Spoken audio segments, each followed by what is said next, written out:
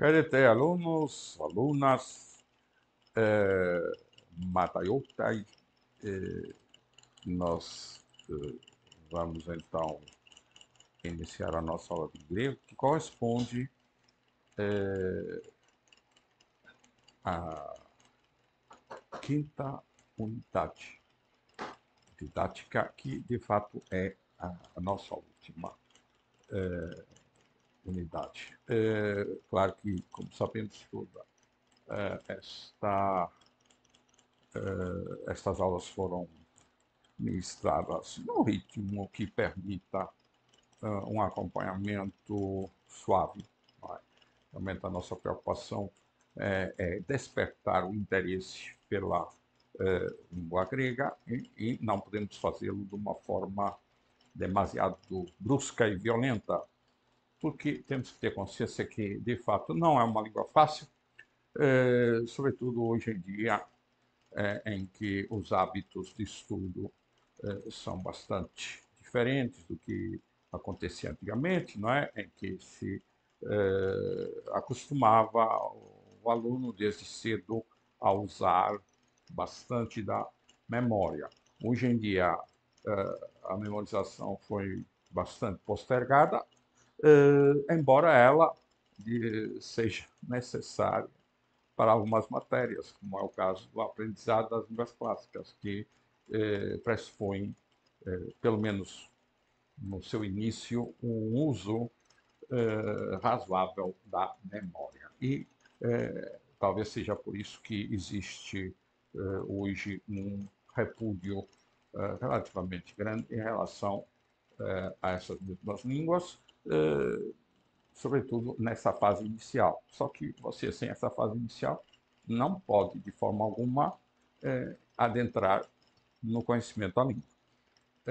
Então, isso é uma justificativa do ritmo lento que nós temos usado, mas lembrando o velho adágio latino, festina lente, vou até escrever,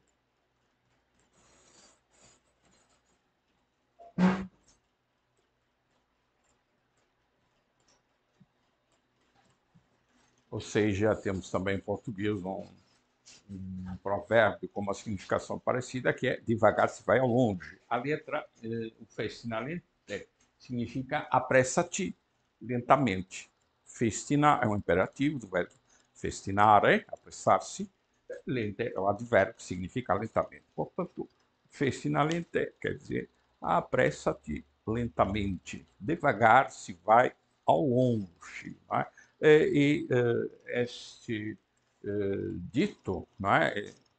Esse provérbio, este adágio, ele figurava inclusivamente nas páginas de rosto de um dos principais impressores do século XVI, chamado Aldo Manuzio, que teve as suas oficinas principalmente em Veneza,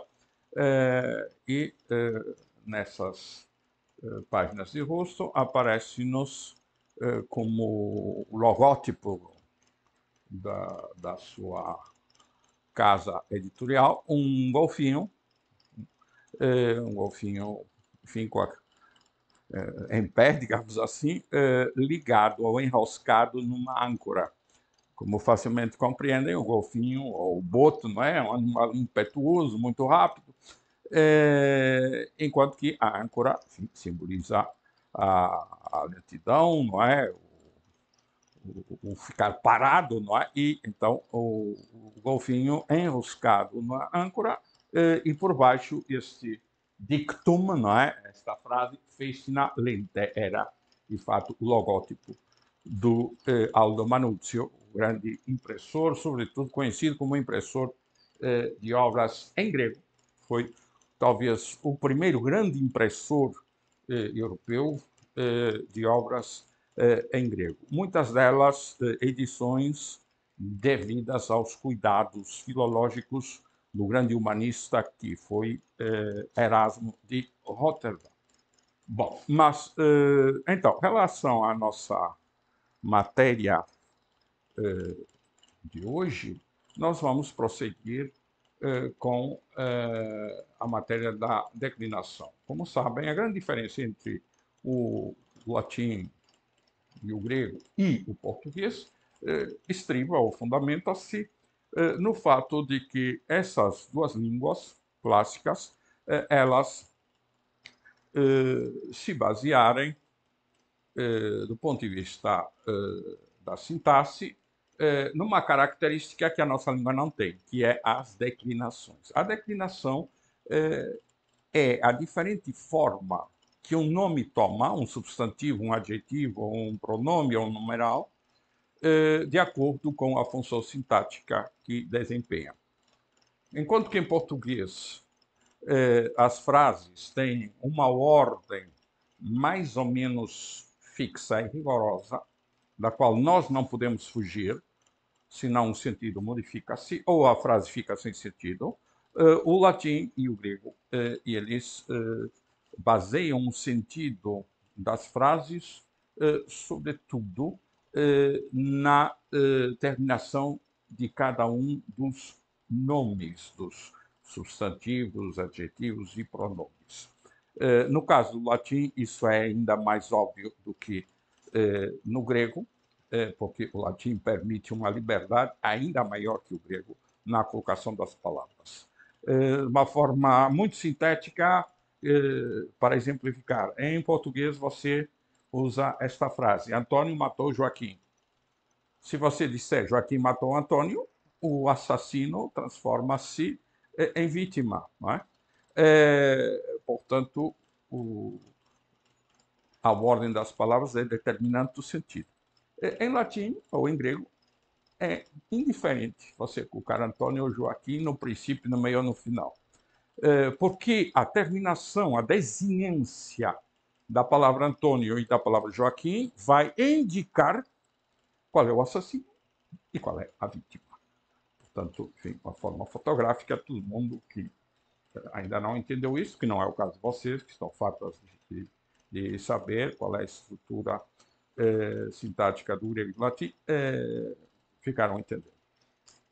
Então, nós, em grego, na última aula, falamos da segunda declinação. Nós vamos começar pela segunda declinação, as palavras chamadas de tema em omicron. E nós vimos, usamos exatamente o singular para ver de uma forma mais concreta as funções de cada caso. Não é? Eu vou relembrar. Vocês têm a apostila, nós estamos seguindo a apostila como texto obrigatório. Nós vimos, usamos várias palavras, usamos a palavra philos, amigo, usamos a palavra iatros, médico, a palavra gamos, casamento, a palavra doulos, escravo, a palavra anemos, vento, e a palavra polemos, guerra. Não foi por acaso que eu escolhi essas palavras, é porque elas têm acentuação diferente e de acordo com as regras da acentuação grega, não é, que são um pouco complexas, deu para nós vermos algumas das alterações que as palavras sofrem nos diferentes casos, de acordo com as terminações ou as desinências. Foi por isso que eu escolhi todas essas palavras. Então, nós ficamos vendo que o nominativo corresponde basicamente ao sujeito, é o nome predicativo do sujeito, o vocativo ao chamamento, ou vocativo, o acusativo ao objeto direto, e há muitos adjuntos adverbiais que pedem esse caso, o genitivo ao adjunto adnominal, ou complemento determinativo, indicando a posse, mas também serve em grego para alguns adjuntos adverbiais e também para o agente da passiva. O dativo, ele serve para o objeto indireto, mas também para alguns adjuntos adverbiais e também, em certas situações, para o agente da passiva. Simplificando, foi esta a matéria da última aula. Só que nós ficamos apenas com as desinências do singular. Vamos hoje ver as desinências do plural, E lembrando que nós estamos falando de palavras da segunda declinação de Temenó do gênero masculino e feminino. A declinação é igual, das masculinas e femininas. Por exemplo, uma palavra muito comum em grego, rhodos, significa caminho, que está presente, por exemplo, na nossa palavra método, não é? Que é o método. O método é o caminho que você deve seguir, não é? Para atingir um determinado objetivo. Não é? É uma palavra grega, tem o prefixo ou a preposição metá, não é? E rhodos, caminho. Rhodos é da segunda declinação, mas é feminino em grego. E a propósito de gêneros, eu vou relembrar uma matéria que já foi dada, mas que vocês agora vão ter que ter ainda mais presente, que são os artigos. Vamos relembrar os artigos gregos. Como sabemos, o grego, ao invés do latim e à semelhança do português, tem artigos. Alguns, curiosamente, são até quase iguais a artigos portugueses e a preposições portuguesas mais artigo. Mera coincidência. Não, a nossa língua não tem origem grega, não é? Tem origem latina, isso não há dúvida. Mas existem coincidências que muitas vezes resultam a nosso favor. Vamos então lembrar os artigos definidos. Eu vou colocar os casos. Eu coloquei aqui o vocativo, mas lembro desde já que não existe nenhum artigo para o vocativo. O vocativo em grego, ele melhor é colocar entre parênteses para não causar confusões. Por vezes usamos uma interjeição, não é? Uma partícula. Partícula quer dizer uma palavrinha, não é? Pequenina, uma sílaba, que pode ser o, se escreve assim, o, e se lê o. É um ômega, não é? E, como sempre, tem que ter os acentos, já sabem que o grego faz muita questão de acentos e de espíritos, não é? Como se trata de uma vogal, tem um espírito brando, porque ela não é aspirada, não é? E tem um acento complexo. E se lê como o. É o nosso o, não é? Nosso também, o, fulano, não é? Portanto, é uma interjeição, uma partícula, como quiserem chamar. De qualquer jeito, não é artigo. Até riscar, para não confundir. Então, vamos colocar aqui os artigos gregos correspondentes aos casos e aos gêneros. Masculino, feminino, neutro. MFN. O artigo, aqui é o singular, não é? E depois o plural. Artigo masculino singular, definido, ro. Em português é igual. O. O feminino, re. Em português, a. O neutro, to. Nós não temos neutro na nossa língua. Acusativo, o masculino, ton. Feminino, ten. Neutro, já sabem que o neutro se caracteriza em latim, em grego, em alemão, em russo, nas línguas que têm neutro, se caracteriza por apresentar uma única forma para os três primeiros casos. Nominativo, vocativo e acusativo são iguais no gênero neutro. Daí o to, artigo neutro, para o nominativo e acusativo. O genitivo masculino, tu, que na nossa língua será do, não é? Se nós usarmos a preposição de mais o artigo masculino, o, fica do. E com pouca diferença é tu, não é? O feminino, correspondente ao nosso da, tes, tes. O neutro é igual ao masculino, tu. Dativo. To para o masculino, te para o feminino e to para o neutro. Reparem que tem aquele izinho por baixo que se chama iota subscrito. É um iota escrito por baixo, nesse caso da vogal ômega e nesse caso debaixo da vogal eta. Mas que não se pronuncia. Provavelmente, numa época mais remota, pronunciava-se, mas essa pronúncia se perdeu, mas manteve-se na escrita. Refinamentos da escrita grega. No plural, vamos então ter no nominativo masculino, roi, aspirada, us, feminino, rai, as, e o neutro, tá. No acusativo, vamos ter no masculino tus, feminino tas, neutro é igual ao nominativo tá. No genitivo, é uma forma comum para o masculino, feminino e neutro. Bem, vou repetir para evitar confusões. Tono. Dus, das, não é? Dus e das, tono. Para o dativo, masculino tois, feminino tais e neutro tois. Tois, tais, tois. Síntese circunflexo. Aqui no genitivo também.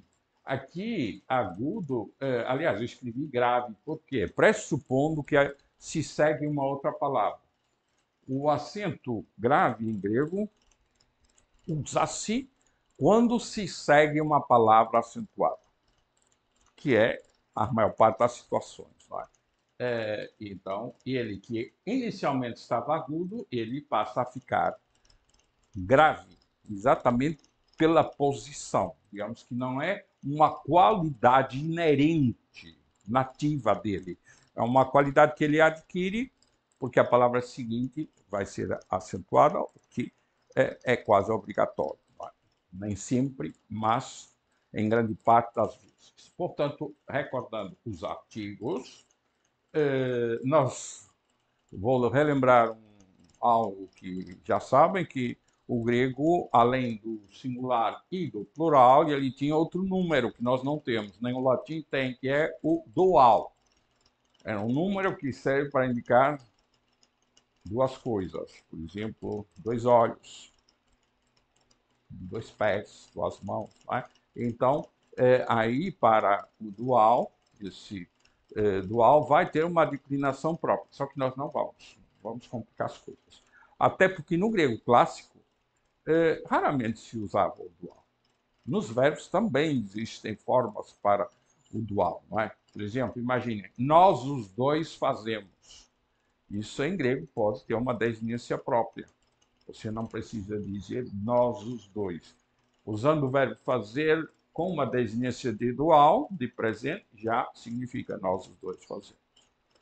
Plural, a mesma coisa, vós os dois fazeis. Uma desinência específica já indica isso mesmo.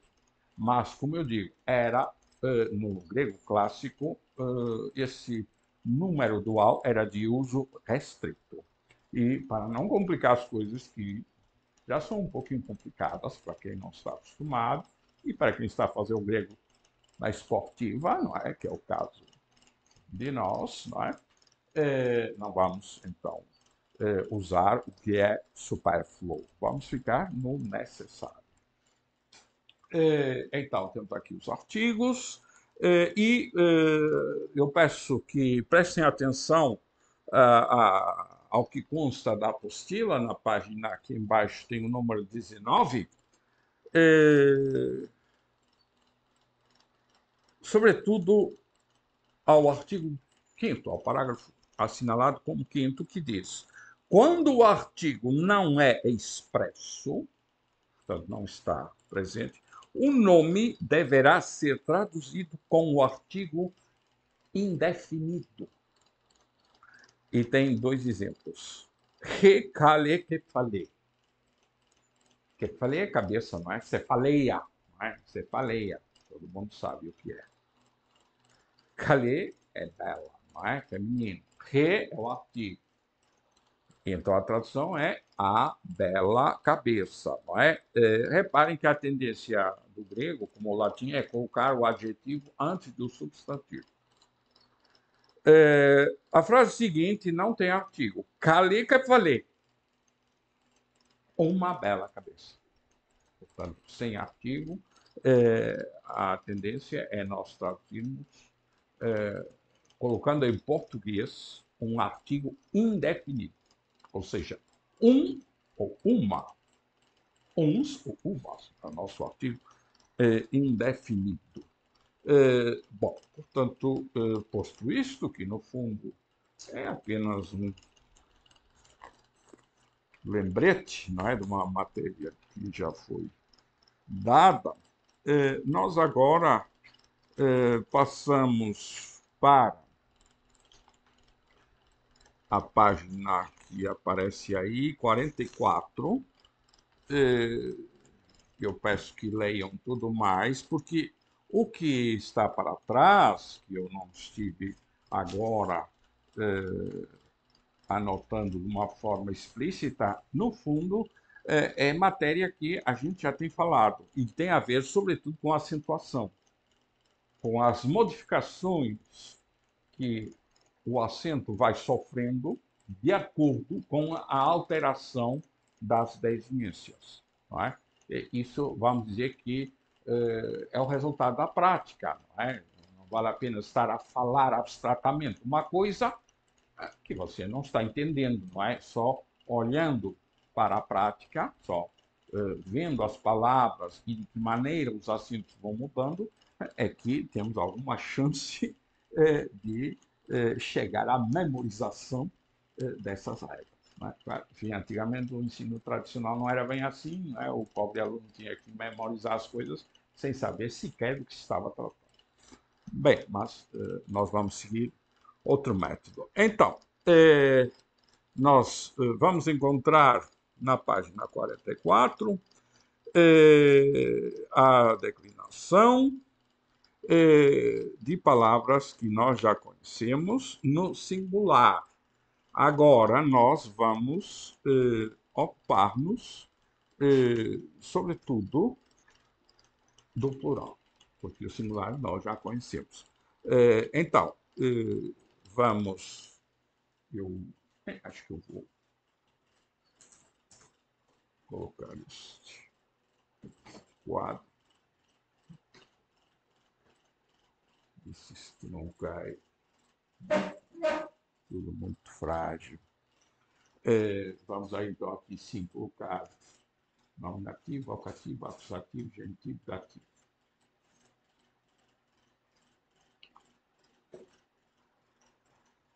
Então, a palavra que nós usamos em primeiro lugar foi a palavra philos, amigo, no singular. Agora vamos ver qual é a desinência para o plural, para esse tipo de palavras no nominativo. A desinência, eu digo já, é oi para os nomes masculinos e femininos da segunda declinação. Portanto, vocês veem o quadrinho presente na página anterior, não é? Na página 43, tem lá o quadrinho.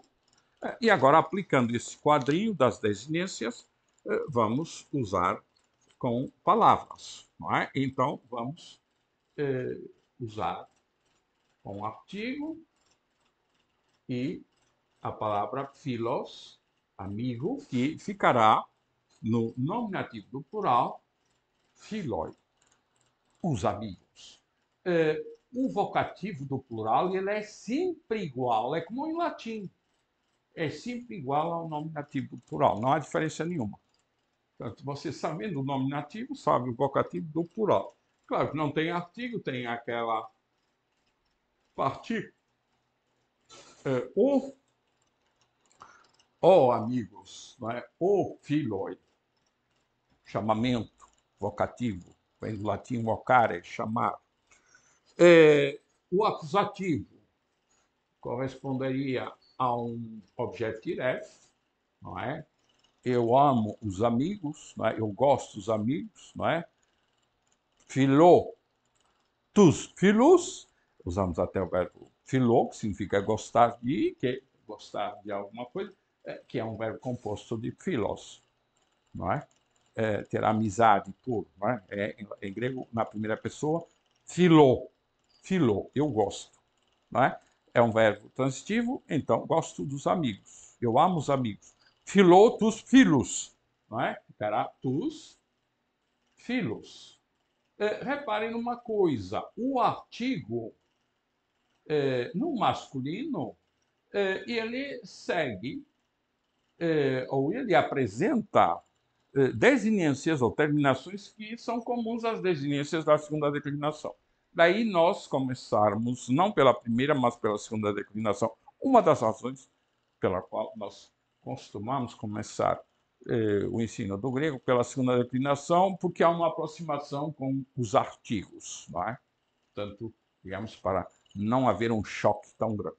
Então, tus, já conhecem aquele tus, os, e aparece aqui, no plural. Portanto, o artigo masculino plural, que aparece na desinência da segunda declinação, não é? Masculina ou feminina. Tus filos. A palavra esta é, obviamente, masculina. Ton, já conhecem, e aqui também a desinência que aparece no artigo. Ton filon, dos amigos. Dos amigos. Ton filon, genitivo. Agora, um objeto indireto, imaginemos, para os amigos. Reparem, a mesma terminação que você encontra no artigo vai encontrar como desinência na segunda declinação. Tois, filhos, para os amigos. Com os amigos, se fosse companhia, não é? Para os amigos, se for objeto indireto. Tois, filhos, para os amigos. Agora, vamos fazer experiência com palavras com acentuação diferente. Aqui, reparem, o acento manteve-se agudo, porque está na penúltima sílaba, e a última, no primeiro caso, ela até que é breve, aqui no acusativo ela é longa, aqui também é longa, aqui também é longa. Portanto, o acento ele não sofreu qualquer alteração. Agora vamos ver uma palavra diferente. Rios. Já conhecem no singular, não é? Pótamos. Agora, no plural, como é que vai ficar? Vai ficar potamoi, os rios. Vocativo é igual. Os rios como objeto direto. Eu amo os rios. Potamus. Agora, o genitivo dos rios. Aqui o acento vai ser circunflexo. Trata-se de uma vogal longa e isso permite que, de fato, o acento seja circunflexo. Portanto, o acento circunflexo só se coloca sobre vogais longas e só existe na penúltima ou na antepenúltima. Portanto, é uma palavra perispômena, porque tem acento circunflexo na última sílaba. Tois, potamóis, para os rios. Nós aqui vamos encontrar também o acento circunflexo. E nós temos como dica os próprios acentos dos artigos. Eles já nos indicam.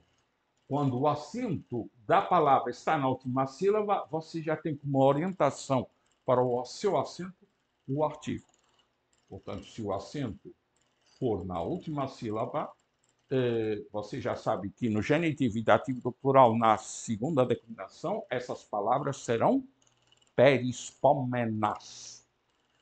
Outra palavra com acento agudo na antepenúltima sílaba, que será a palavra guerra, no plural, as guerras.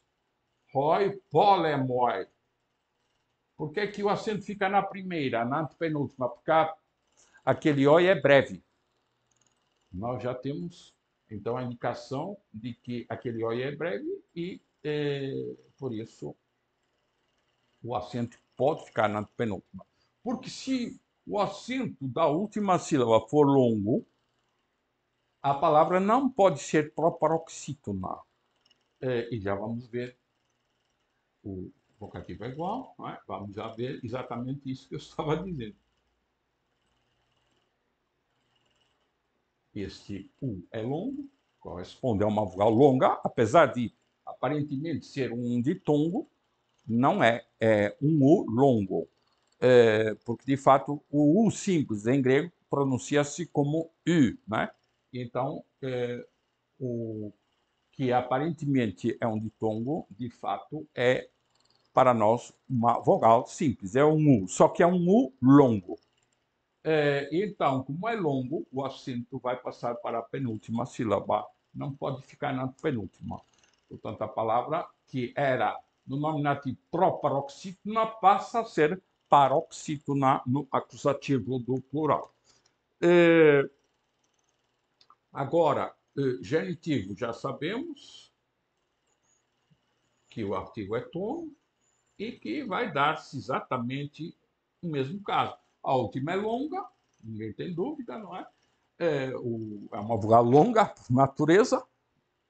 Ômega, quer dizer, O longo, O grande, O longo. Portanto, o acento vai ficar na penúltima. E no dativo é a mesma coisa, não é? Você já sabe que esse OS é longo, então o acento vai ficar na penúltima. Tois polemos, para as guerras. Para as guerras. Finalmente, vamos ver uma palavra própria espômena, ou seja, que tem o acento circunflexo na primeira sílaba, e vamos ver lá no plural, você já conhece todas essas palavras. Esta é a palavra que significa povo. Demos, democracia, não é? O poder do povo. Hoi, demoi. Então, o acento circunflexo ele só pode ficar sobre uma vogal longa, o eta é uma vogal longa, a última sílaba é breve, e isso significa que aquele eta vai ter um acento circunflexo, ou seja, temos uma palavra própria espômena. O vocativo é igual. Agora, no acusativo, o que é que vai acontecer? Vai acontecer que a última sílaba é longa. Então, a penúltima não pode ter um acento circunflexo. Tem que ter um acento agudo, porque o acento circunflexo na penúltima sílaba só acontece se a última for breve, como acontece no nominativo do plural. Aqui, a mesma coisa. A última é longa, o acento na penúltima será agudo. Ton demon, dos povos. No dativo, a mesma coisa. A última é longa, ois, por isso o acento da penúltima não pode ser circunflexo, terá que ser agudo. Tois demos, para os povos, aos povos. Bom, e temos aqui, então, as diferentes possibilidades que nos aparecem em relação às desinências dos nomes masculinos e femininos da segunda declinação em função dos acentos. Não é? Portanto, vem as variações que os acentos oferecem, mostram de acordo com as desinências, com as terminações. Portanto, esta, digamos que é uma das partes menos gratas do grego, não é? Mas da qual nós não podemos escapar, não é? Porque, enfim, é uma parte intrínseca da própria língua. Agora, nós vamos praticar através de algumas frases que eu preparei com palavras exatamente desta declinação, mas lógico, palavras muitas, frases muito simples. Vamos começar primeiro não chegam a ser propriamente frases, são expressões, vamos chamar de assim, com nome e adjetivo. Depois passaremos à frase simples. O trabalho difícil. O trabalho difícil, vamos ver como é que ficará em grego. Artigo, ro, maiúsculo, com o espírito colocado do lado esquerdo, para trabalho, vamos usar a palavra pônus, mas, como eu disse, o comum, o normal em grego é colocar o adjetivo antes do substantivo. Então, para difícil, sim, primeiro então dizer o difícil, nós vamos usar este adjetivo.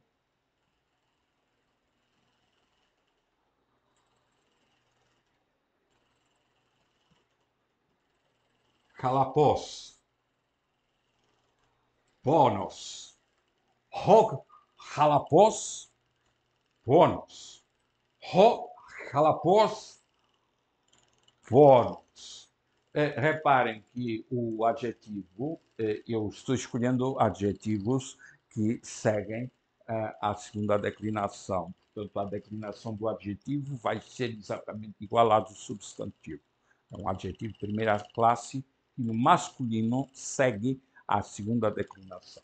Então, halapós significa difícil. Reparem, tem acento na última sílaba que eu coloquei grave. Por quê? Porque a palavra seguinte é uma palavra acentuada. Por isso está aquele acento como grave. Halapós. Ponos é uma palavra paroxítona, acento na penúltima sílaba, está em nominativo. Imaginemos que é o sujeito da frase. Agora, vamos imaginar como é que ficará em grego. Dos trabalhos difíceis.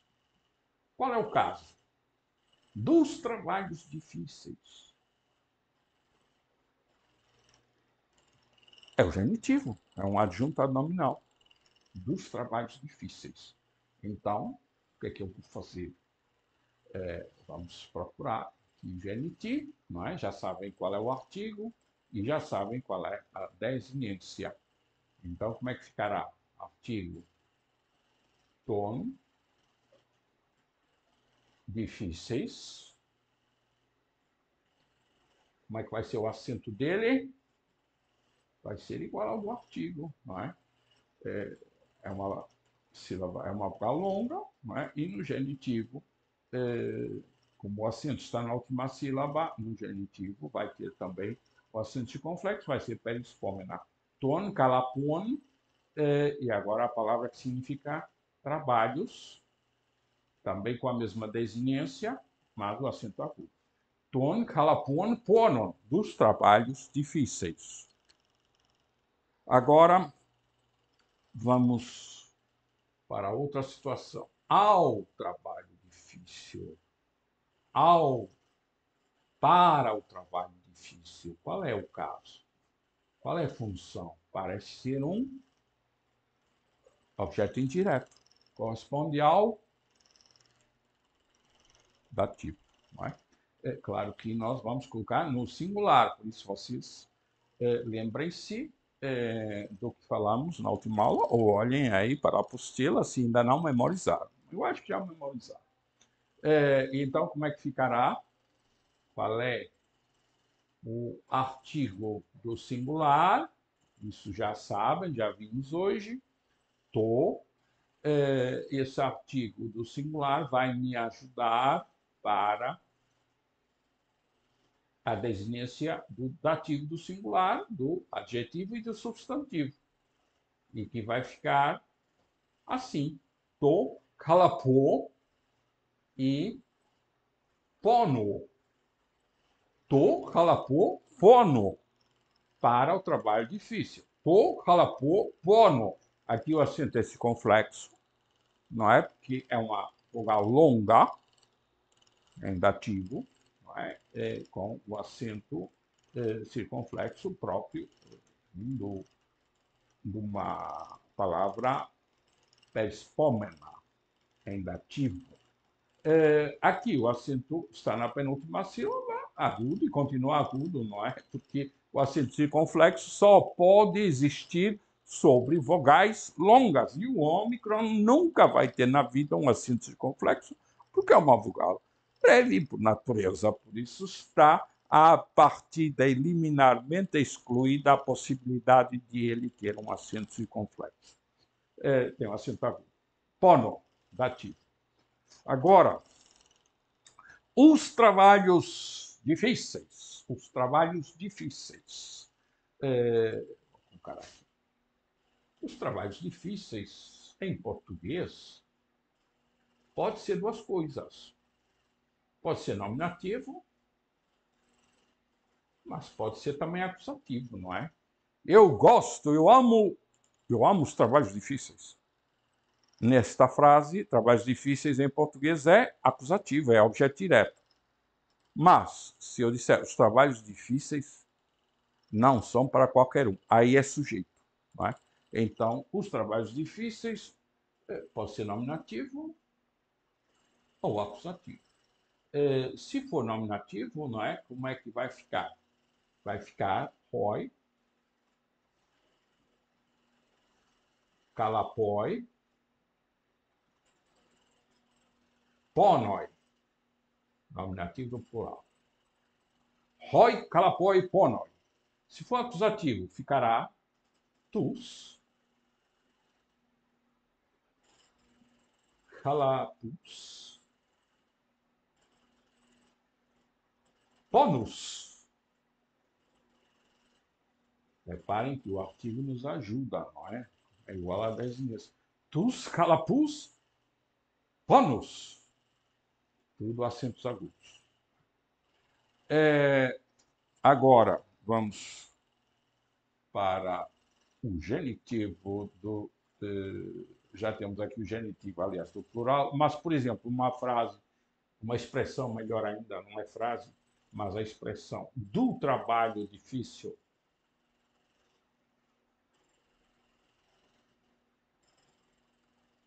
Do trabalho difícil, mas corresponderia em grego a um genitivo. E então ficaria tu, calapu, pono. Tu, calapu, pono. Reparem que no adjetivo fica com acento circunflexo. Que, aliás, o próprio artigo nos dá essa dica, não é? Tem o acento circunflexo. Aquele U, não é? Aquele aparente de tongo, mas é longo, é um U longo. Tu, calapu, pono, do trabalho difícil. Aos trabalhos difíceis, e vamos colocar esta no plural, aos trabalhos difíceis. Né? Aqui ficaria difíceis.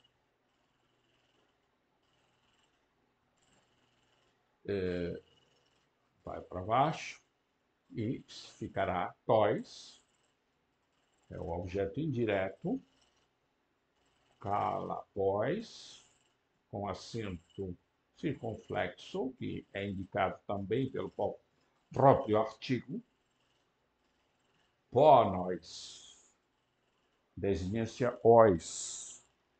O artigo apresenta essa desinência ois como desinência da segunda declinação.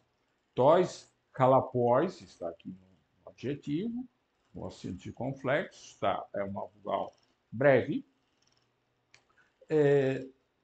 Pónós. É uma vogal breve? Não, aqui é uma vogal longa, perdão. Eu estava a contradizer aquilo tudo que eu disse. Portanto, aqui não é uma vogal, é um ditongo longo. Aqui é um ditongo longo. E por isso ela aqui tem um acento circunflexo, porque é longa. Se fosse breve, nunca na vida poderia ter um acento circunflexo. É lógico. Bom, e espero que tenham entendido isso. E agora vamos fazer umas pequeninas frasezinhas, não é? Já com verbo, por isso já são frases, já tem predicado para ser verbo. Para serem frases, necessitam de ter um sujeito e um predicado. Eu vou apagar.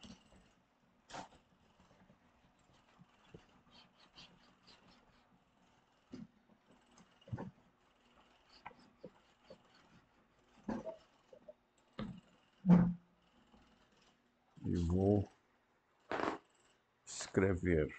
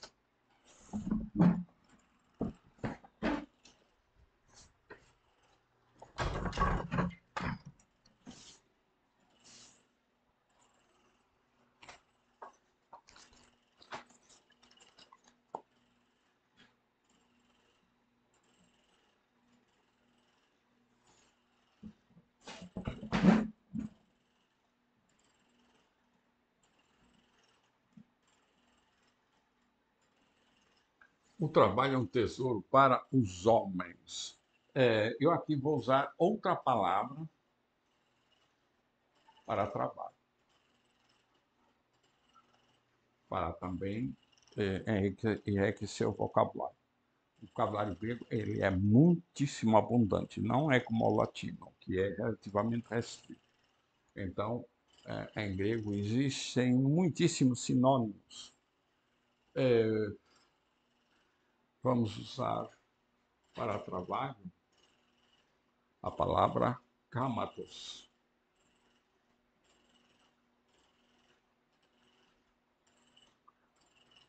Para tesouro, a própria origem da nossa palavra tesouro, não é? Uma das tais que vem do grego através do latim, mas vem do grego.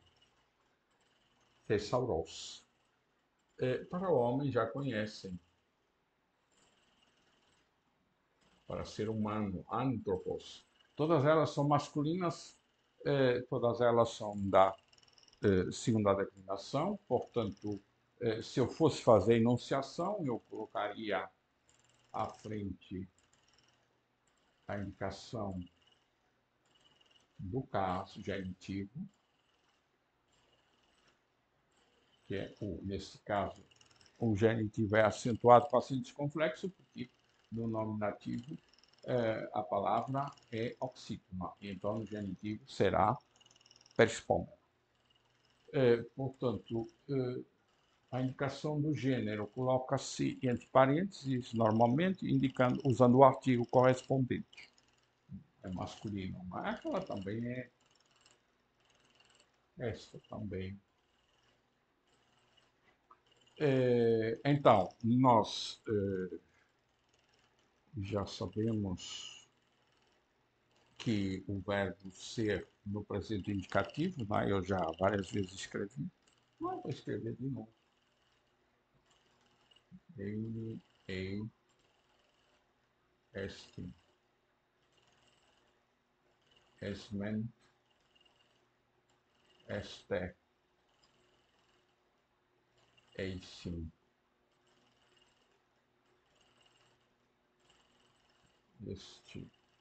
Este new está entre parênteses porque depende da palavra seguinte ser iniciada por vogal ou não. Ou se for no final de frase, também coloca new. O new eufônico. A única forma que tem acento próprio é a segunda. Ei, tu és, tem um acento próprio. As outras palavras, as outras formas do presente indicativo eveni, elas dependem, não é, da palavra anterior, não é? Elas não têm acento próprio. Então, como é que ficará? O trabalho é um tesouro para os homens. Como é que nós fazemos análise sintática em português? Qual é o sujeito desta frase? Trabalho. Qual é o predicado? É, verbo ser, não é? Verbo em. Ora, um tesouro. Qual é a função sintática de um tesouro? É o nome predicativo do sujeito, não é? Espero que saibam. Se não sabem, estão muito mal. Portanto, aquela expressão, aquela palavra que completa o sentido do verbo ser, nós chamamos em português, na gramática tradicional, nome predicativo do sujeito. E é importante saber isso, por quê? Porque no latim ou no grego, quando nós usamos o verbo ser, sabemos que o nome predicativo do sujeito fica no caso do sujeito, fica em nominativo. E não, ao invés do que acontece nos verbos transitivos, em acusativo. Portanto, nos verbos transitivos, que se completam com um objeto direto, nós vamos ter, para completar o sentido desses verbos, uma palavra ou uma expressão em acusativo. Enquanto que, quando se trata do verbo ser, aquela palavra ou palavras que completam o sentido do sujeito e do verbo, elas ficam em nominativo. Daí a importância de saberem essa noção de nome predicativo do sujeito. A importância para o correto conhecimento do grego e do latim. Portanto, um tesouro nós vamos usar em nominativo para esse indefinido. Nós vamos simplesmente não usar artigo para a palavra tesouro. Para os homens, vai para dativo, não é? Eles é que são os beneficiários da ação, portanto, vamos usar, enfim, o complemento do verbo, nesse caso, é o dativo. Como é que vai ficar? Palavra trabalho, o kamatos,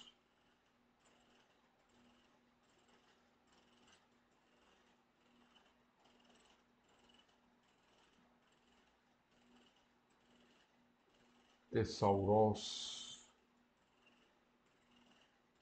esti,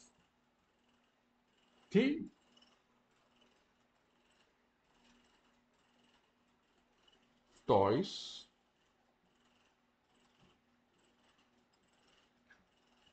antropos. Reparem, aqui o acento não fica grave, por quê? Porque a palavra seguinte não é acentuada. Por isso, se ela tivesse acentuação própria, ela é uma palavra enclítica, ela depende da palavra anterior. Então, ela não tem acentuação própria. E então, quando isso acontece, o acento fica grave. Fica agudo em vez de grave, que seria o esperado se fosse uma palavra acentuada. Então, ho, kamatos, thessaros esti, tem que ler tudo junto, thessaros esti, dois antropos. Trabalho é um tesouro para os homens. Reparem aqui no acento de antropos. No nominativo, de fato, nós temos o acento na primeira sílaba. Mas, no dativo, como a última é longa, aquele oi, aquele ditongo é longo, o acento não pode ficar na penúltima. Para o acento ficar na penúltima, a última tem que ser breve. Mas como a última é longa, o acento passa da penúltima para a penúltima. A explicação é essa. Outra frase. Os cordeiros e os lobos não são amigos. Uma frase negativa.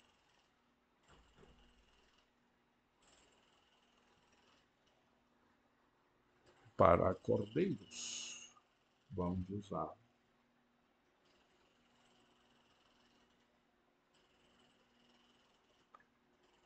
amnos. Para lobo, leucos. amigos já conhecem, não é? Agora usamos, não vou colocar aqui, para a terceira pessoa já sabem qual é. Já está errado aqui, fica, o espírito fica no segundo, então tem aqui um ditom, fica no segundo elemento, o espírito do Eisim. Para não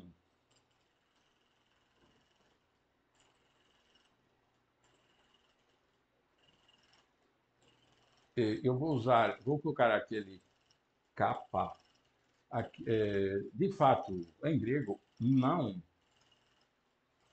a forma mais comum é u, mas se a palavra seguinte começar por vogal não aspirada, é uk. Se começar por palavra por vogal aspirada, é ur. U, uk ou ur. Nós aqui vamos usar aquele uk diante do verbo. Portanto, diante de vogal não aspirada. Então, vamos usar esta forma. Uk. E vamos usar o verbo no final. Vamos colocar o verbo amigos não são. Vamos colocar o predicado no final. Não são. E eu depois vou chamar a atenção para um detalhe que tem a ver com a acentuação, mas com a que vocês podem já tentar retroverter, colocando estas palavras em nominativo plural e esta também em nominativo. Por quê? Porque também é nome predicativo sujeito, não são amigos. Portanto, como é que vai ficar? Oi,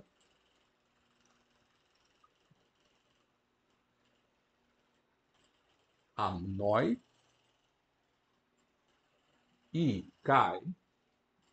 Cai, não sei se já tínhamos falado, talvez. Já apareceu várias vezes, mas não sei se já memorizaram. E é cai, de forma mais comum. Cai.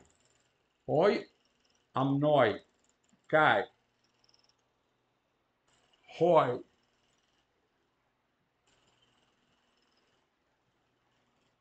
lykoi, lykoi, os lobos.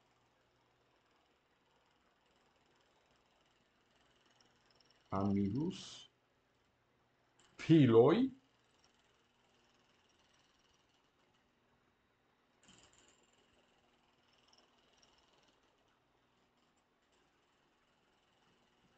o keisim. O keisim. Hoi amnoi kai hoi lykoi philoi o keisim. O keisim. Eu chamo a atenção para este acento. Normalmente o U não tem acento, mas ele aqui vai ter um acento porque se trata, de fato, de uma palavra proclítica, portanto, uma palavra que depende do acento da palavra seguinte, que não tem acento próprio, uk, não tem acento próprio, normalmente. Só que esta proclítica está seguida de uma apoclítica. Apoclítica é uma palavra que depende do acento da palavra anterior. Então, digamos que aqui duas anormalidades. E quando isso acontece, quando uma proclítica está seguida de uma apoclítica, a proclítica recebe um acento, não é? Que se chama acento de próclise. Acento de próclise, não é? Esta situação. Uma proclítica seguida de uma apoclítica. Esta aqui normalmente não tem acento, passa a ter um acento. Então, nós pronunciamos filoi o keisin, como se ela fosse. Ela passa de fato a ser acentuada. O keisin. ela normalmente depende do acento da palavra seguinte. E por isso não se coloca acento nenhum. Não é? Só que, como a palavra seguinte não tem acento normal, normalmente, então ela passa a ter acento. Porque, de fato, nós não podemos ter três sílabas seguidas sem que uma delas esteja acentuada. Claro, é um detalhe, que, enfim, não peço que memorizem, mas eu tinha que explicar que vão encontrar com frequência. Não é? Portanto, este chamado acento de próclise, que incide numa palavra proclítica quando ela está seguida de uma apoclítica. O new, colocado aqui, é porque, de fato, termina a frase. Ou se a palavra seguinte começasse por vogal, eu colocaria também aquele new chamado eufônico. Eufônico quer dizer harmonioso. Enfim, é uma coisa, uma questão de ouvido, não é? Para não terminar bruscamente com a vogal. Portanto, hoi, amnoi, kai, hoi, liukoi, filoi, ukeisin. Amnoi, não é? Cordeiro. Em grego em latim tem uma vaga semelhança, que é agnos, no singular, né? Agnos. Tem vaga semelhança porque começa por A e apresenta um N. E depois é um tema também em tema em O, segunda declinação em latim. Só que em vez do mu tem uma gutural em latim. Agnus, amnoi.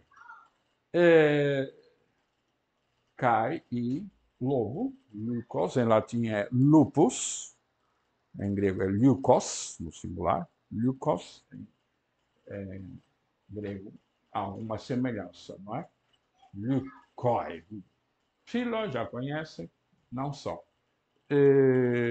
Bom, e nós hoje ficamos por aqui para também não tornar-me demasiado maçudo. Ainda tinha aqui mais algumas frases, mas ficarão para a próxima aula. Desejo que tenham aproveitado, não é? E despeço-me com amizade e votos de saúde. E que não seja demasiado pesada esta carga helênica. Então, hairete matetai. Até a próxima.